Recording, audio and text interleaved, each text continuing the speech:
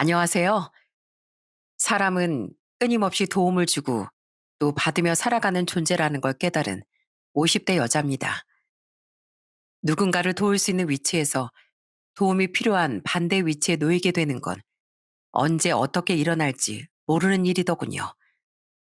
저는 가장 힘들고 고통스러웠던 순간에 그 인생의 깨달음을 얻게 됐어요. 새파랗던 나뭇잎이 시들고 낙하해 다시 땅의 양분으로 돌아갈 날이 가까워지는 요즘, 딱 이 시기쯤이었던 3년 전의 그 순간이 유독 떠오르곤 합니다. 그래서 별다른 바쁜 일도 없는 일상을 쪼개 그때의 이야기를 적어보려고 해요. 저는 어릴 적 사업을 하느라 굉장히 바쁜 부모님 아래에서 자랐습니다. 부모님은 나쁜 분은 아니었지만 자식들보다 본인들이 일군 사업을 더 중요시하는 분들이었어요. 하지만 분명 저와 남동생을 사랑하셨고 그렇게 힘들게 번 돈으로 저희를 부족함 없이 키워주셨기에 큰 불만은 없었죠. 하지만 저보다 2살 어렸던 남동생은 달랐어요. 박태호, 너 진짜 깡패 되려고 작정했어? 왜 하라는 공부는 안 하고 허구나 싸움질 하고 다녀? 언제부터 어머니가 제 인생에 관심이 있었다고 그러세요? 그냥 저한테 관심 끄세요. 어차피 두 분은 자식한테는 관심도 없으시잖아요. 동생은 중학교 2학년이 되면서부터 반항적으로 변해갔습니다. 아마 동생은 반항하고 사고를 쳐서라도 부모님의 관심을 끌고 싶었던 것 같아요. 하지만 부모님은 그런 동생의 마음을 알아주지 못했고 동생이 사고를 치면 늘 혼내고 매를 들기에만 바쁘셨죠. 그럴수록 동생은 더 엇나갔기에 저는 저라도 동생을 붙잡으려고 갖은 애를 썼어요. 태호야, 이런다고 네 인생에 뭐가 도움이 돼? 너 그렇게 나쁜 애 아니잖아. 어? 야, 박태호, 너 얼굴에 그 상처 뭐야? 또 싸움질했어? 이리 와봐. 누나가 약 발라줄게. 태호야, 혹시 너 부모님에 대한 원망 때문에 이러는 거야? 부모님께 서운한 마음은 누나도 알지만 부모님께도 부모님의 인생이 있는 거잖아. 대신 누나가 널 더 챙겨주고 생각해 줄 테니까 누나 봐서라도 이제 주먹질 그만하자. 어? 하지만 동생은 여전히 사고를 치고 다녔습니다. 그나마 다행이었던 건 자신처럼 껄렁거리는 애들하고만 문제를 일으켰지 약한 아이들을 괴롭히고 다니진 않았다는 것 정도였죠. 동생은 제가 대학생 땐 아예 집을 나가버렸어요. 그리고 소위 말하는 깡패 생활을 시작하더라고요. 야, 넌 어째 냉장고에 김치밖에 없냐? 그리고 이놈의 술병들 좀 치우고 살아. 너 인생 포기했어? 어린애가 무슨 술을 이렇게 많이 마셔대. 잔소리 할 거면 오지 좀 마. 그리고 혼자 사는 남자가 라면에 김치만 먹으면 되지. 뭐가 더 필요해? 제발 그 반찬 좀 싸우지 말라니까. 라면만 먹고 살다가 나중에 큰일 난다 너. 좋은 말 할 때 라면 그만 먹고 밥 해 먹고 살아. 싸다 주면 안 비우고 싹싹 다 긁어 먹으면서 괜히 싫은 척은. 그리고 제발 누나 정성을 생각해서라도 정신 차릴 생각 좀 하자. 어? 나 진짜 네가 혹시 크게 다치기라도 할까 봐 아니면 더 큰 사고라도 칠까 봐 매일 가슴이 조마조마해. 부모님은 그딴 놈 없는 인간인 셈 치라고 성하셨지만 저는 동생을 포기할 수 없었습니다.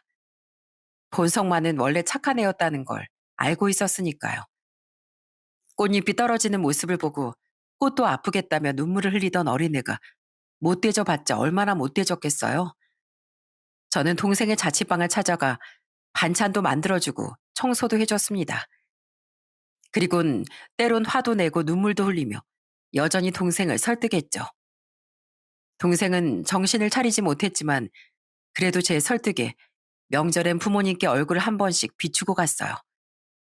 그럼 부모님은 한숨은 끊임없이 쉬셨어도 동생을 쫓아내진 않으시더라고요. 내가 너 때문에 못 살아 진짜. 결국 누나한테 죄수복 입은 꼴을 보여주니까 좋아? 이제 속이 시원하냐? 미안해 누나. 나도 그 사람들이 이렇게까지 나에 대한 의리를 저버릴 줄은 몰랐어. 그러다 동생은 20대 중반의 교도소까지 가게 됐습니다. 영화에서만 보던 같은 세계 사람들끼리 떼거지로 싸움이 붙었나 본데 그 사태가 커져서 동생과 관련자들 몇몇이 체포되고 처벌받게 된 거죠. 그때 동생의 윗선이란 사람들은 도와주긴커녕 오히려 동생에게 책임을 뒤집어 씌워 동생은 예상보다 긴 실형을 받게 되기까지 했어요. 면회를 가서 울며 원망하는 제게 동생도 이번만은 미안하다며 눈물을 흘리더라고요. 태호야, 너 이제 반항도 해볼 만큼 해봤고 막 살 만큼 막도 살아봤잖아. 그런데 결국 너한테 남은 게 뭐야? 힘들 때 널 버린 그 조직 사람들? 면회조차 잘 안아주던 네 불량한 친구들? 봐, 아무도 없지? 그러니까 제발 이제라도 정신 차리고 똑바로 살자. 이러다가 누나 심장이 진짜 남아나질 않겠어. 저는 쉬지 않고 면회를 가며 여전히 동생을 설득했습니다. 동생도 이번엔 뭔가 깨달은 것이 있었는지 드디어 출소한 뒤엔 제대로 살아보겠다는 약속을 하더라고요. 그리고 다시 사회로 나온 동생은 정말 주먹질을 딱 끊고 카센터에 취업하며 건실한 삶을 살아가기 시작했어요. 하지만 여전히 부모님에 대한 마음은 닫힌 상태였고 부모님 또한 동생이 교도소에 들어가면서부터 동생과의 연을 끊으셨죠. 난 누나한텐 항상 고마워하고 미안해하고 있어. 그런데 어머니 아버진 날 위해 뭘 해주셨어? 맨날 나한테 관심도 없으면서 화만 내고 매만 들었지. 나 교도소에 있을 때도 봐. 면회도 한 번 안 오셨잖아. 부모님은 분명 날 자식으로도 생각하지 않으시는 거야. 이제 정신 차리고 산다고? 정신 차렸다는 놈이 부모한테 죄송했다는 사과 한마디 하러 안 온단 말이야? 됐다. 부모한테 미안한 줄도 모르는 그딴 녀석. 우리도 이젠 안 보고 살련다. 예전부터 우리가 자기한테 해준 게 없다. 관심도 없다 하는데 관심이 없으면 혼을 냈겠냐? 그리고 우리 덕분에 배 안 골고 편하게 살았으면서 해준 게 없다는 말이 어떻게 나와? 배은망덕한 놈 같으니라고. 이렇듯 뭔가 반쪽만 평화를 찾았지만 그래도 동생이 건실한 삶을 찾았다는 것만으로도 감사하다고 생각하기로 했습니다. 동생이 다시 전으로 돌아가지 않는 한 언젠간 꼭 세 사람을 화해시킬 날이 있겠거니 하면서요. 그렇게 동생 걱정을 좀 내려놓은 전 나이 30대 중반에 결혼을 했습니다. 남편은 평범한 직장인이었는데 자신의 어머니와 가까이 지내는 모습이 참 좋아 보이더라고요. 저희 부모님과 다르게 가정적인 사람인 것 같아 남편과 결혼까지 결심했던 거죠. 이렇게 늘 찾아와서 용돈도 주고 말벗도 해주는 며느리가 있으니 너무 좋구나. 에휴, 우리 딸은 맨날 정신 못 차리고 술 먹고 놀러 다니기 바쁜데 걘 지혜미가 집에서 혼자 밥은 잘 챙겨 먹고 있는지 아닌지 관심도 없어. 시모는 오래전 시부와 이혼한 후 혼자서 남편과 남편 누나인 시누이를 키우셨다는군요. 하지만 시모에게 감사하며 자란 남편과 달리 남편의 누나인 시누이는 철없는 사고뭉치였다고 해요. 시누이는 3년의 결혼 생활도 결국 성격 차이로 실패하며 제가 결혼한 지 1년 뒤 시모가 혼자 살던 집으로 들어가 살게 됐죠. 그리고 이후에도 철이 들지 못하는 시누이를 대신해 자신을 챙기고 살갑게 굴던 절 시모는 굉장히 좋아하고 고마워했어요. 제게 고마워한 건 남편도 마찬가지였습니다. 어머니가 내가 결혼한 후로 얼굴에 웃음꽃이 피셨어. 난 남자라서 어머니께 용돈 같은 걸 드릴 생각만 했지 외로움을 달래드리거나 어딜 모시고 놀러 간다는 생각은 못 해봤어. 우리 누나야 늘 자기밖에 모르는 사람이었고 정말 고마워 여보. 아니야. 며느리도 자식인데 당연한 일이지 뭐. 난 그냥 같은 여자로서 어머님이 안쓰러워서 마음에서 우러난 것뿐이야. 서로 양가에도 잘하고 아들 하나 딸 하나도 나오며 우린 화목한 가정을 이루어갔습니다. 제 동생은 여전히 부모님과 막내를 안고 살았지만 그래도 저희 집엔 종종 들러 저와 남편과 교류하며 사이좋게 지냈죠. 남편은 술에 많이 취했을 땐 동생에게 훈계라곤 했는데 솔직히 그건 옆에서 듣던 저도 기분이 좀 상할 만큼 말이 심할 때가 많았어요. 처남, 내가 처남 전과가 있는 걸 알면서도 처남 누나랑 결혼을 진행했던 건 난 편견이 없는 사람이기 때문이야. 그러니까 처남은 누나도 누나지만 나한테도 고마워해야 돼. 그리고 앞으로는 꼭 똑바로 살아. 안 그럼 이 매형한테 맴매 맞을 줄 알아? 내가 소시적엔 나도 한 주먹 했다 이거야. 난 처남 하나도 안 무서워. 여보, 그만 좀 해. 왜 이 사람이 술만 취하면 이래? 좋은 말도 계속 들으면 좋게 안 들리는 법이야. 지금 얘가 자기 카센터도 차리고 속죄하겠다고 봉사도 하면서 얼마나 성실하게 살고 있는데 뭘 자꾸 고마워하래. 괜찮아, 누나. 매형이 다 나 걱정되고 누나를 아끼니까 하시는 소리지. 난 이런 소리 들어도 싸.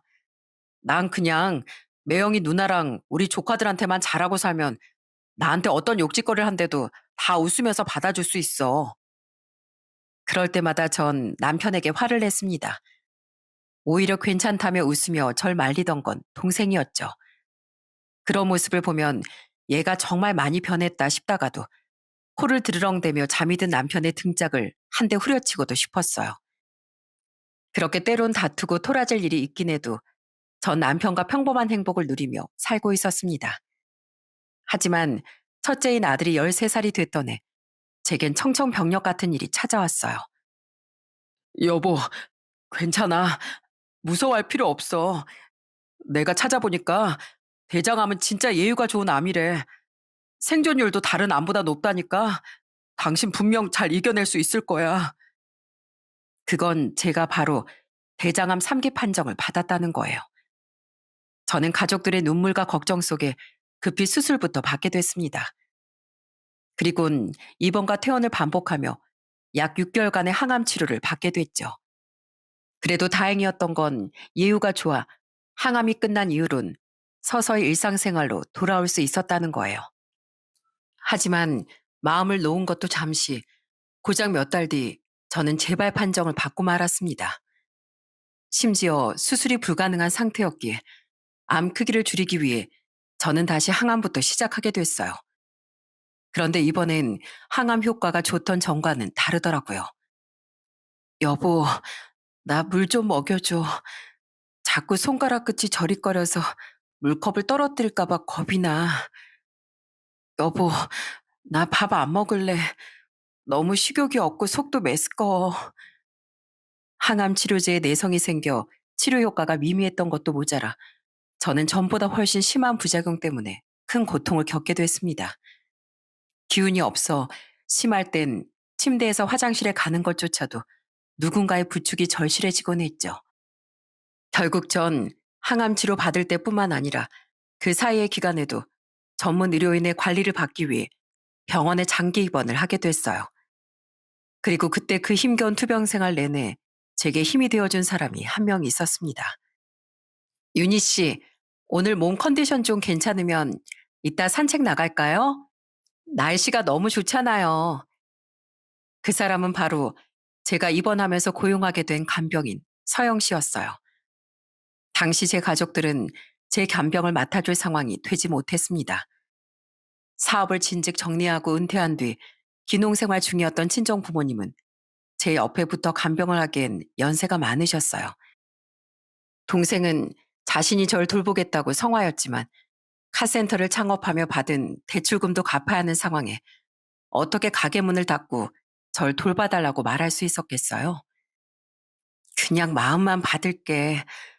네가 자꾸 고집 부리면 누나 마음이 오히려 더 안 좋아. 저는 그런 동생을 극구 말렸습니다. 또한 제 남편도 외벌이를 하며 애들도 챙겨야 했기에 제 옆에 붙어 있을 수가 없었죠. 때문에 저는 가족들에게 부담을 지우지 않기 위해서라도 간병인을 고용했던 거예요. 간병인이 서영 씨는 저와 동갑인 선한 여자였어요. 대화가 잘 통하던 데다 늘 붙어있던 우린 자연스레 빠르게 가까워졌는데 한 번은 서영 씨가 자신의 가정사도 얘기해 주더라고요. 젊었을 때부터 간병인 일을 했었냐고요? 아니요. 원래는 장사를 했었어요. 결혼 일찍 해서 아들도 둘 낳고 평범하게요. 그런데 남편이란 인간이 작은 사업을 하다 2번이나 말아먹고 저까지 빚더미에 올라앉게 만들더라고요. 당연히 제 가게도 접게 됐고요. 그래도 애들 아빠니까 다시 으쌰으쌰 잘 살아보려고 했는데 그 짐승 같은 놈이 바람을 피우지 뭐예요? 그래서 결국 이혼하게 됐어요. 그 뒤론 새로 시작한다는 마음으로 이 간병인 일을 시작하게 된 거고요. 서영 씨는 자신이 남편 복은 없어도 자식 복은 있다며 이런 말을 덧붙이더군요. 우리 아들들이 진짜 착하고 똘똘하거든요. 제가 이혼하려고 할 때 저한테 바람 증거 잡는 법, 차 블랙박스나 증거 영상이나 사진들을 USB에 파일로 옮기는 법 같은 걸 전부 알려준 것도 우리 애들이에요.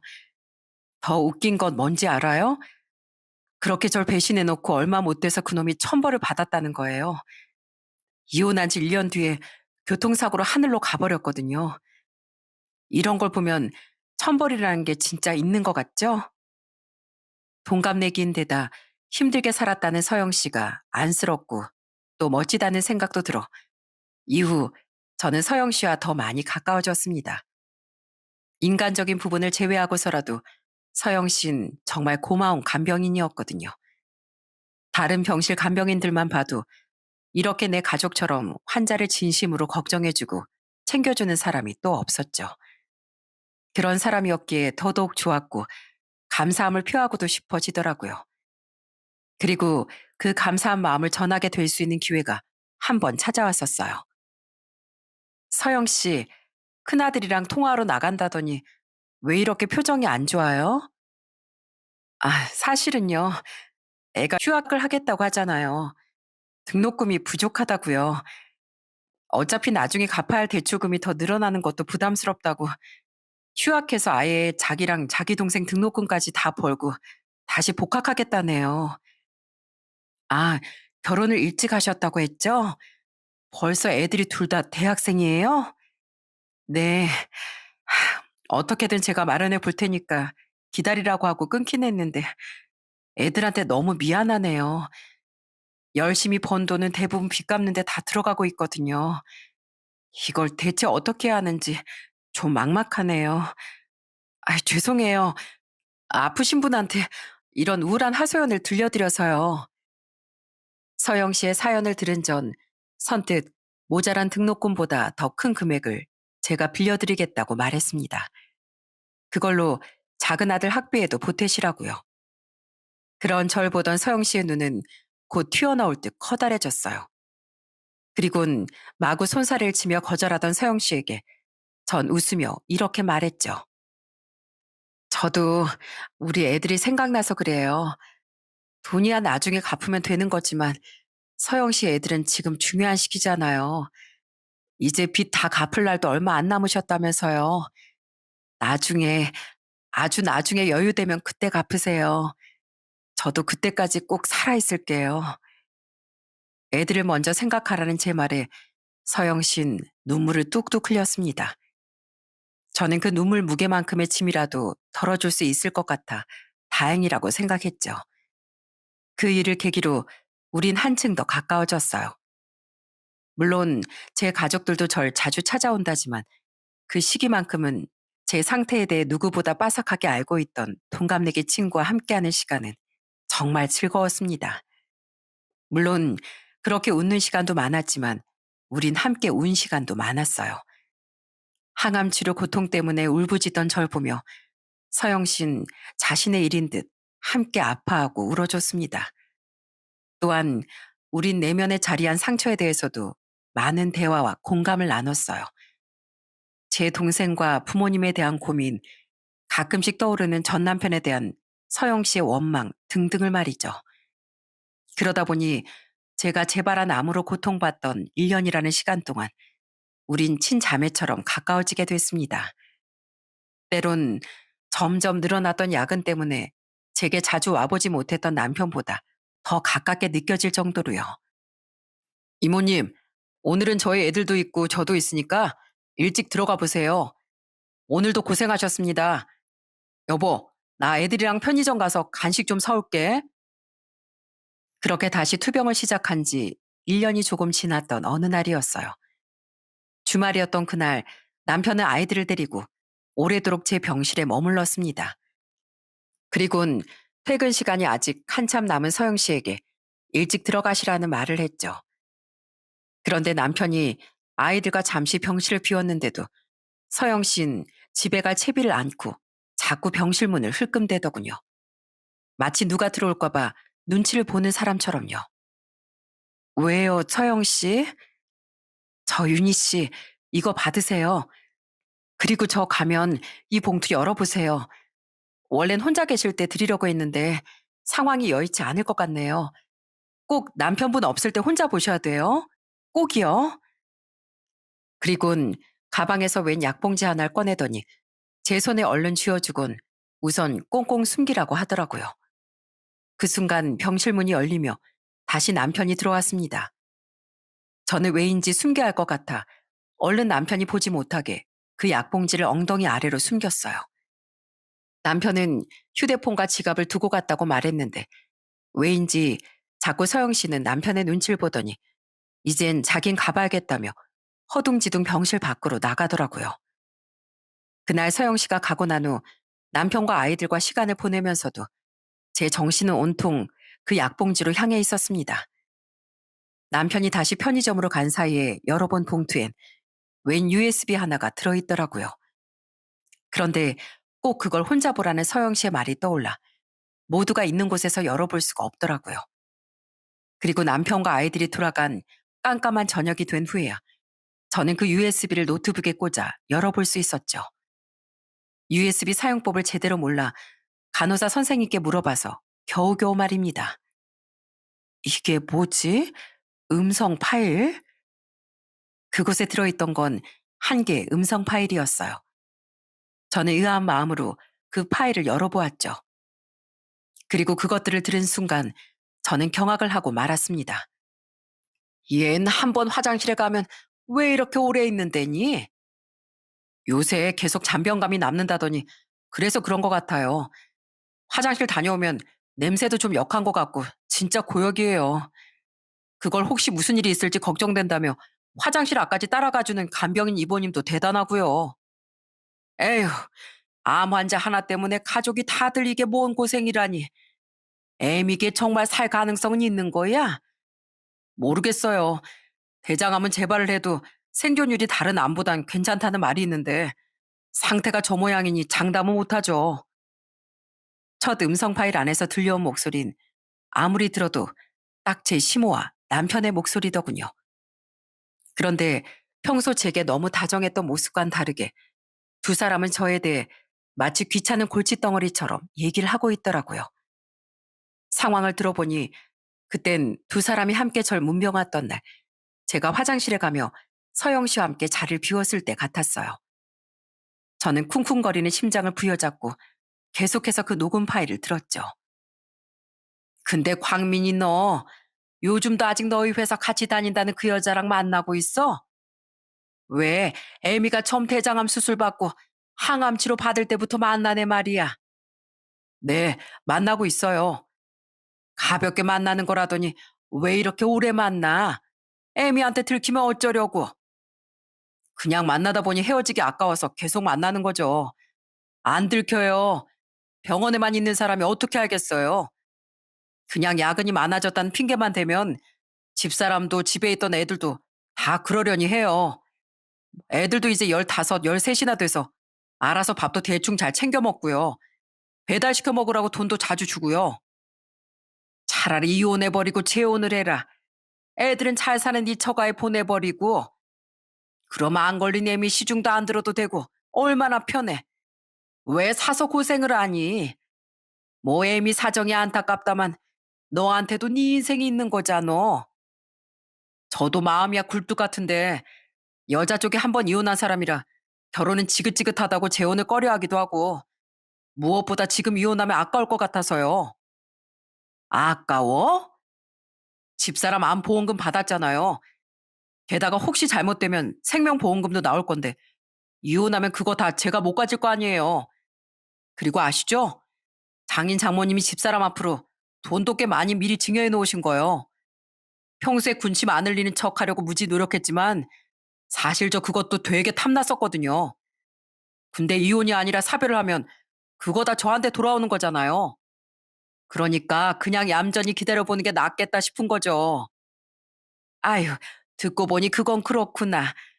애미한테 미안하지만 그럼 제발 병이 낫지 않게 해달라고 기도해야겠다. 예, 발소리 들린다. 애미랑 그 간병이 모식갱이 오나 보다. 너무 충격적인 대화 내용은 아마 저와 서영 씨가 들어오며 난 병실 문소리와 가식적으로 절 걱정하던 시모한 남편의 말을 마지막으로 끝이 났습니다. 정말 몸이 부들부들 떨리더군요. 제가 돌아온 후 그들이 제게 건넨 말을 들어보니 바로 며칠 전인 것 같더라고요. 며칠 전 시모가 제 병문안을 위해 지방에서 올라왔던 날 말이죠. 그때 시모가 우리 며느리 화장실 다녀오는 것도 너무 고생스러워 보이는구나. 이 시애미 마음이 정말 찢어질 것 같아. 하고 눈물을 지었던 게 생생히 기억났으니까요. 사람이 너무 큰 충격을 받으면 오히려 생각이 멈춘다더니 그 말이 정말이었습니다. 저는 잠시 아무것도 못하고 멍하니 눈물만 흘렸거든요. 그리고 뒤늦게서야 우선 왜 이런 녹음 파일을 서영 씨가 갖고 있었는지 물어봐야겠다는 생각이 들었어요. 하지만 시간을 보니 이미 잠자리에 들었을 시간인 것 같아 저는 뜬 눈으로 밤을 지새워 다음 날 출근할 서영 씨를 기다리게 됐죠. 서영 씨, 저 서영 씨가 주시고 간 거 다 들어봤어요. 그거 제 남편이랑 시어머니 맞죠? 이게 대체 어떻게 된 일이에요? 맞아요. 사실 한 2주 전쯤에 화장실에 다녀오다가 복도에서 통화하고 있던 남편분을 봤었어요. 그런데 그 통화 내용이 이상하더라고요. 자기야, 예쁘니, 사랑해. 뭐 이런 말을 하는데 아내인 윤희 씨는 병실 안에 있었잖아요. 게다가 애들한테 아빠란 사람이 자기야라고 부를 일도 없고요. 그때 뭔가 촉이 이상해서 남편분이 문병 왔을 때 윤희 씨가 자리를 비울 일이 생기면 저도 꼭 같이 자리를 비우려고 했었어요.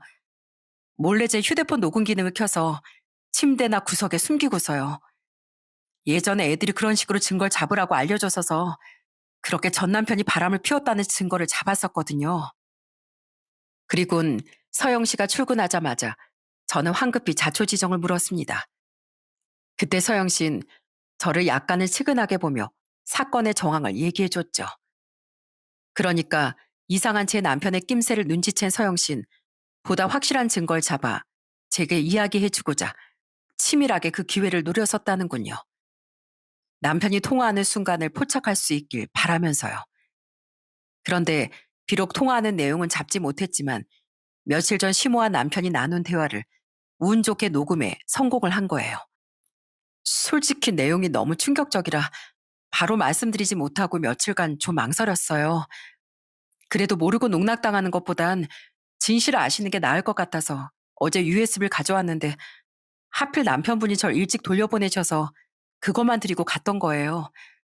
혹시 들킬까봐 미리 준비했던 약봉지에 숨겨서요. 윤희 씨, 전체 전 남편처럼 조강지처를 배신하는 인간은 절대 용서할 수 없다고 생각해요. 그러니까 반드시 남편분 절대 용서하지 마세요. 서영 씨는 이렇게라도 자신이 힘들 때 도와준 절 돕고 싶었다며 제 손을 잡아줬습니다. 그런 서영 씨에게 고맙다는 말을 하면서도 계속해서 충격이 가시지 않던 전 하염없이 눈물만 흘렸죠. 이후 전 대체 이 상황을 어떻게 풀어나가야 하는지 고민했어요. 충격 때문인지 이걸 당장 시모와 남편에게 따져 물어야 하나 어찌해야 하나 머리가 잘 돌아가지 않더라고요. 그래도 우선 확실히 유리하게 이혼하고 위자료도 청구하려면 확실한 증거가 필요하다고 생각했습니다. 때문에 전 고민 끝에 동생에게 전화해 모든 사실을 말해줬어요. 뭐? 이광민 그 자식이? 이거 진짜 사실이야? 그 자식이 인간이야? 누나, 우선 기다려. 내가 당장 가게 문 닫고 갈게. 아니야, 광민아. 그것보다 누나가 부탁할 게 있어서 전화한 거야. 정말 미안한데 내가 지금 병원에 있어서 직접 돌아다니고 뛰어다닐 수가 없어. 그러니까 네가 대신 증거 좀 잡게 도와주라. 누나가 돼서 이런 부탁해서 진짜 미안한데 이럴 때 생각나는 사람이 너밖에 없었어. 뭐가 미안해. 누나가 하라면 난 죽는 신용이라도 할 수 있어. 그리곤 동생에게 증거 잡는 일을 도와달라고 서럽게 부탁했죠. 저는 동생과 전화를 끊으며 마지막으로 신신당부도 했어요. 광민아, 누나랑 꼭 약속해줘. 아무리 증거 잡으면서 화가 나도 그놈한테 손부터 나가지 않겠다고 말이야. 누나가 법적으로 복수하면 되니까 넌 그냥 조용히 증거만 잡아다 줘야 돼. 알았지? 부탁할게. 동생은 내키지 않는 목소리로 우선 알겠다고 대답하더군요. 그래도 험한 짓을 끊은 지 오래였기에 저는 동생이 약속을 지킬 거라고 믿었어요. 하지만 다음날 서영 씨가 퇴근한 후 동생은 씩씩거리며 제 병실에 들어왔어요. 한 손엔 우악스럽게 제 남편의 목덜미를 잡은 채로 말이죠. 그리고 남편의 퍼렇게 멍이 들고 피딱지가 앉은 얼굴을 보니 동생은 저와의 약속을 지키지 못한 모양이더라고요. 동생은 겁에 질린 남편을 제 침대 앞에 패대기 치더니 울분에 차서 말했습니다. 이 더러운 놈아, 당장 우리 누나 앞에서 빌어. 누나, 미안해. 나도 그냥 가만히만 있으려고 했는데 증거는 다 잡았어도 도저히 그냥 발길이 돌려지지 않더라고. 누나랑 애들한테 오늘도 야근한다고 거짓말하고 그 기집애랑 시시덕대고 나온 이 자식을 도저히 그냥 둘 수가 없었어. 그래서 냅다 달려들어서 곤죽을 만들어놨는데 그 사이 그 기집애는 도망을 가더라고. 미안해, 천아. 내가 진짜 잘못했어. 내가 우리 누나한테 빌라고 했지. 누가 나한테 빌래? 야, 이 쓰레기야. 감히 안 걸린 마누라 두고 바람 피운 것도 모자라 보험금의 유산까지 노려? 넌 내가 한창일 때였으면 지금 이미 무덤에 들어가 있었어. 너 내가 나한테 이런저런 훈계 둘 때 실실 웃어주니까 만만했지? 내가 유일하게 너그러운 건 우리 누나가 관련됐을 때뿐이야. 그런데 감히 내 부모님이나 다름없는 누나를 배신해? 우리 누나가 너랑 네 엄마한테 얼마나 잘해줬는데 당장 사과 안 해? 해, 한다고. 여보, 미안해. 내가 잘못했어. 난 그냥 당신이 아픈데 몸은 외로우니까 그냥 외로움만 달래려고 그랬어. 돈 같은 건 진짜 안 노렸어. 내가 진짜 잘못했어. 저는 우선 한숨을 푹 쉬었습니다.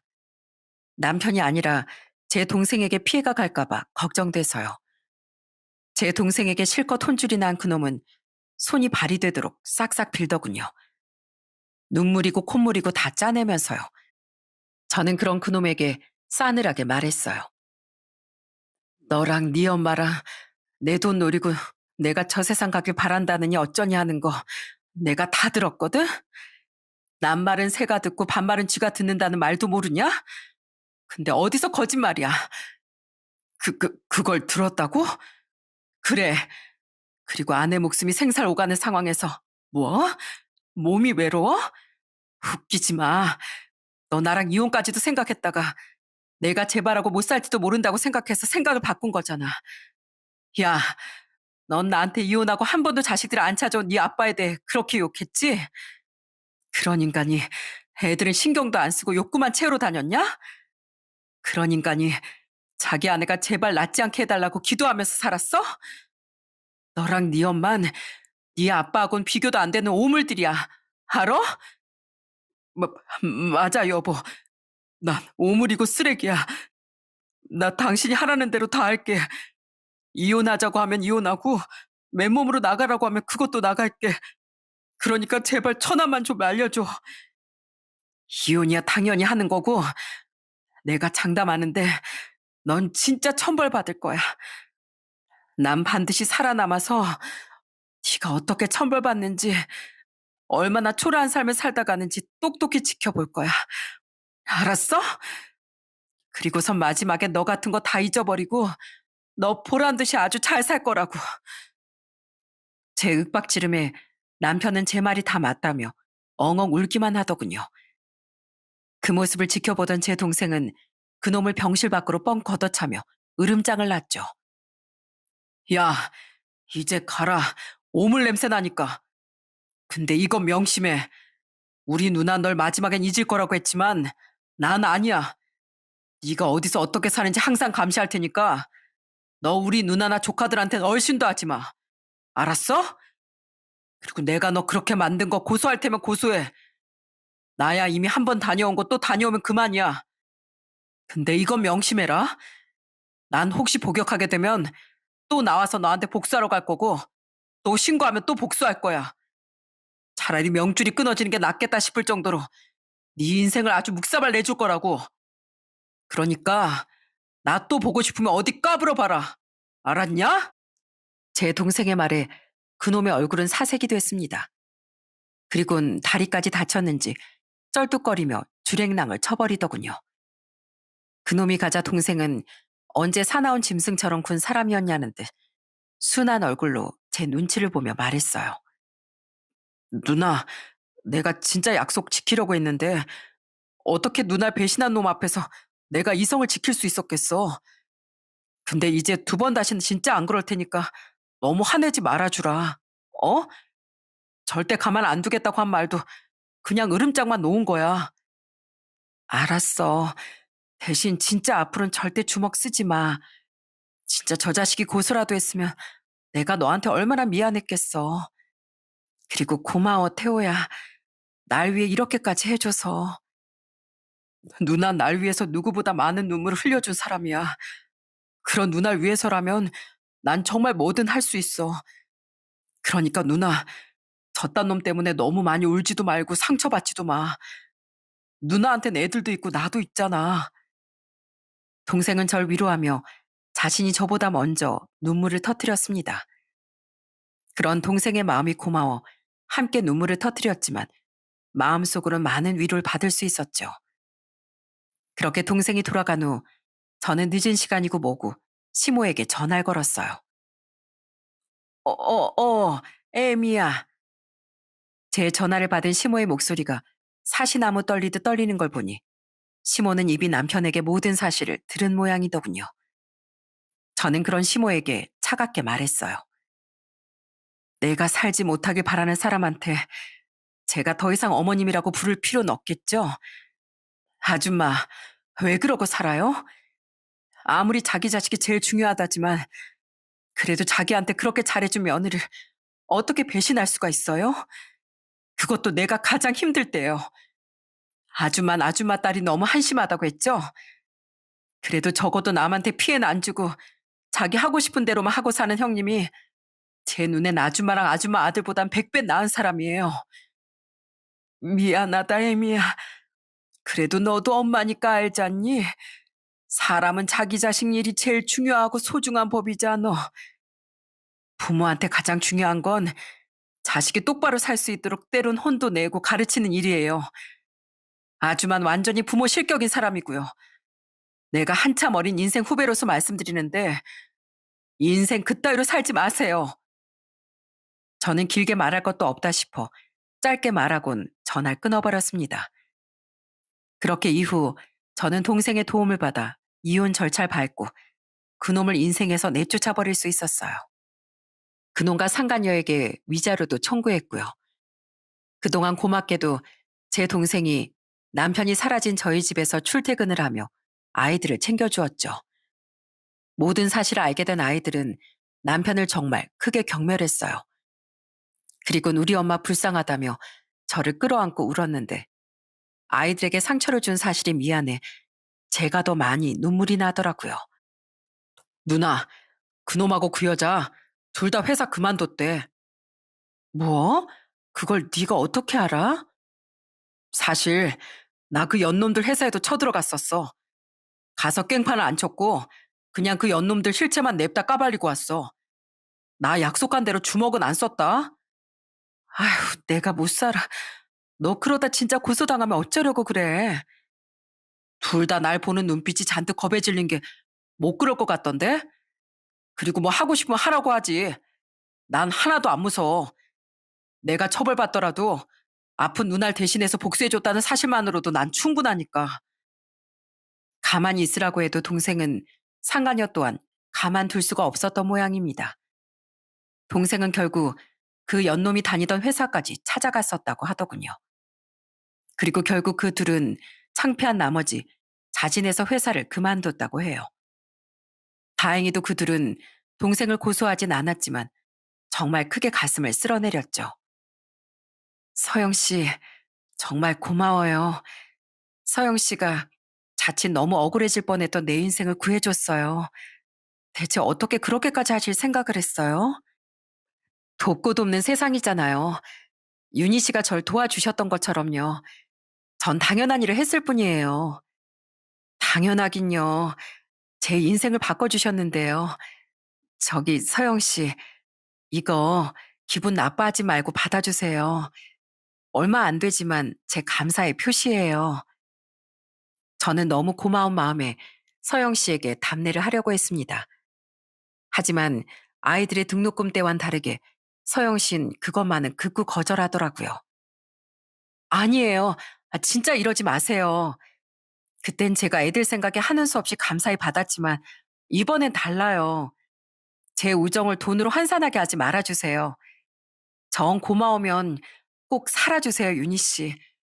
그래서 저랑 오래오래 친구예요. 전 그거면 돼요.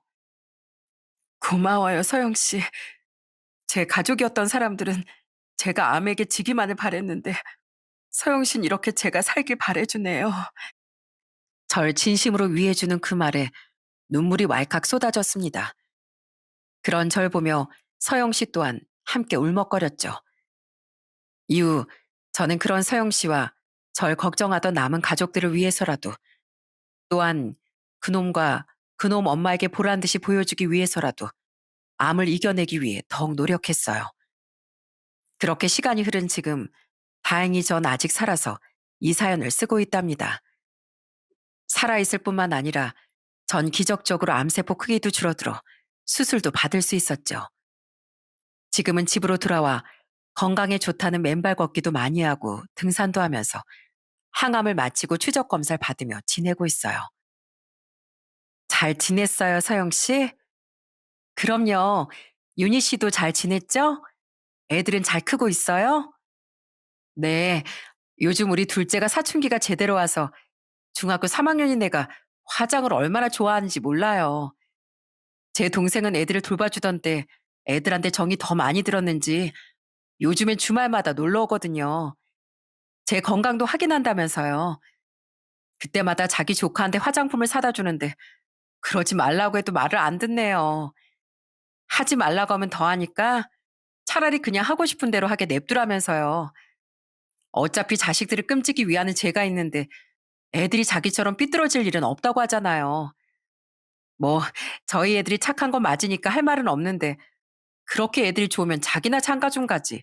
안 그래요? 다 인연이 있으면 가겠죠 뭐. 저는 퇴원 후에도 여전히 서영 씨와 연락하고 만나며 친하게 지내고 있습니다.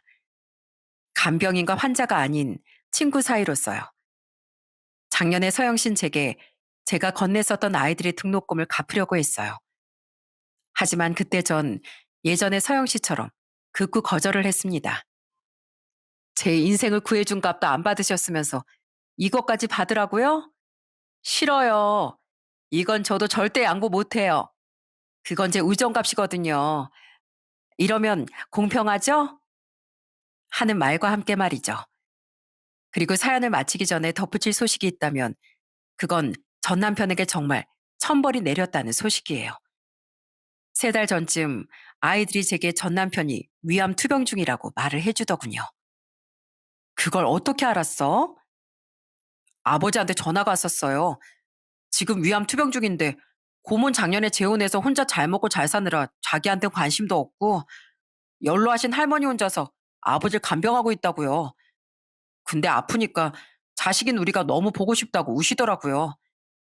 근데 저랑 동생은 아버지 보러 갈 생각이 없어서 그냥 쾌차하시라고 말하고 끊었어요. 들어보니 다행히 목숨이 왔다 갔다 하는 상황은 아닌 것 같았습니다.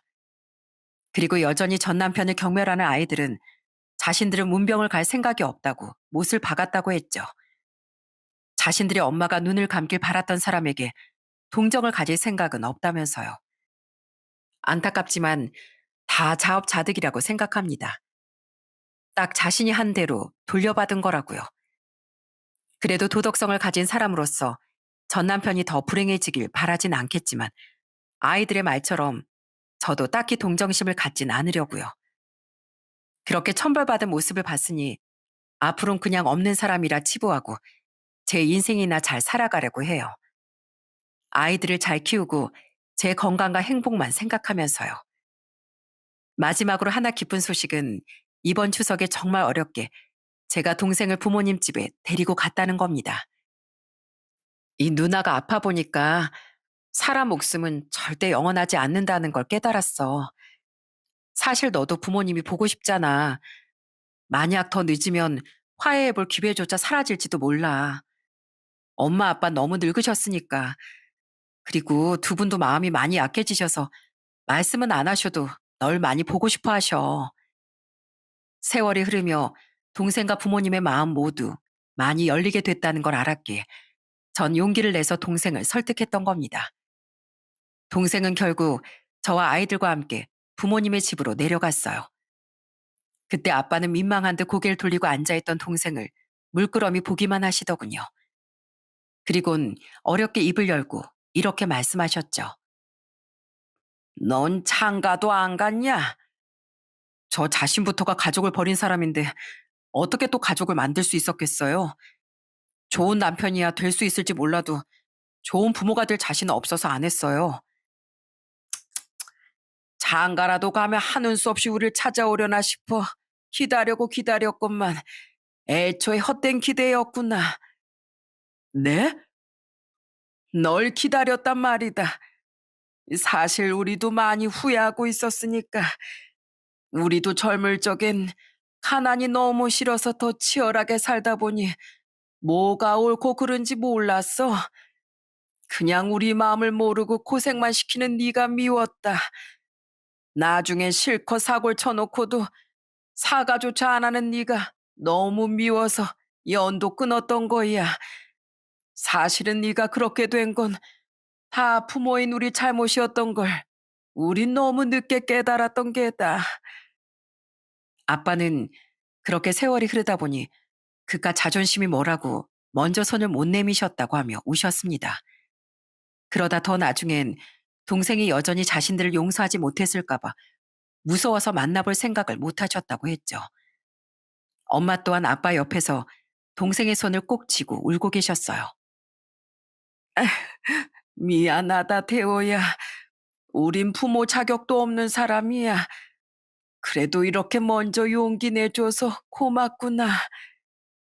보고 싶었으면 전화라도 한번 해주시지 그러셨어요. 그럼 저도 못 이기는 척 왔을 텐데요. 저야말로 두 분이 절 자식으로도 생각 안 하시는 것 같아서 너무 무서웠어요. 그런데 이제와 사과드릴 염치도 용기도 없어서 더 모진 척 두 분을 원망한다고 말했던 거예요. 사실 저도 너무 보고 싶었어요. 제가 너무 많이 속을 썩였던 거 늦었지만 이제라도 사과드릴게요. 깜짝 놀랐습니다. 그때 동생은 마치 어린애처럼 울음을 터뜨리며 두 분을 와락 안아드렸거든요. 이젠 50이 넘은 중년의 나이였지만 그날 동생은 부모의 관심을 갈구하던 어린 소년으로 돌아가 있었죠. 그 모습을 바라보며 저뿐 아니라 저희 두 아이까지 함께 눈물을 훔쳤어요. 그렇게 저희 부모님과 동생은 오랜 시간을 돌고 돌아 드디어 화해를 하게 됐습니다. 이렇듯 전 아프고 힘든 시기를 겪으며 남편이란 가족을 잃긴 했지만 대신 제 곁엔 저를 소중히 생각해주는 진정한 가족들만이 남게 됐습니다. 또한 제 인생을 구해준 서영 씨라는 좋은 친구도 함께 말이죠. 그러니 저는 이제 아팠던 과거의 상처보단 다가올 건강하고 행복할 미래만 바라보며 열심히 그리고 끝까지 암과 싸워 이겨낼 생각입니다. 이렇듯 제가 진심을 다해 위하고 도움을 줬던 동생과 서영 씨는 제가 가장 힘든 순간에 든든한 제 편이 되어주었어요. 무언가를 바라며 선행을 해야 하는 건 아니지만 이래서 사람은 평소에 베풀고 위하며 살 줄 알아야 하는 것 같다고 생각했죠. 세상은 혼자가 아닌 더불어 살아가는 사회니까요. 그러니 부디 여러분께서도 늘 주위에 있는 사람들을 소중히 여기며 살아가시길 바랍니다. 제 이야기는 여기까지입니다. 부디 제가 이 암이란 녀석과 끝까지 싸워서 이겨낼 수 있길 응원해 주세요. 그럼 전 반드시 세상 어딘가에서 그 감사함에 대한 보답을 다른 누군가에게 돌려주며 살아갈게요. 끝까지 들어주셔서 감사합니다.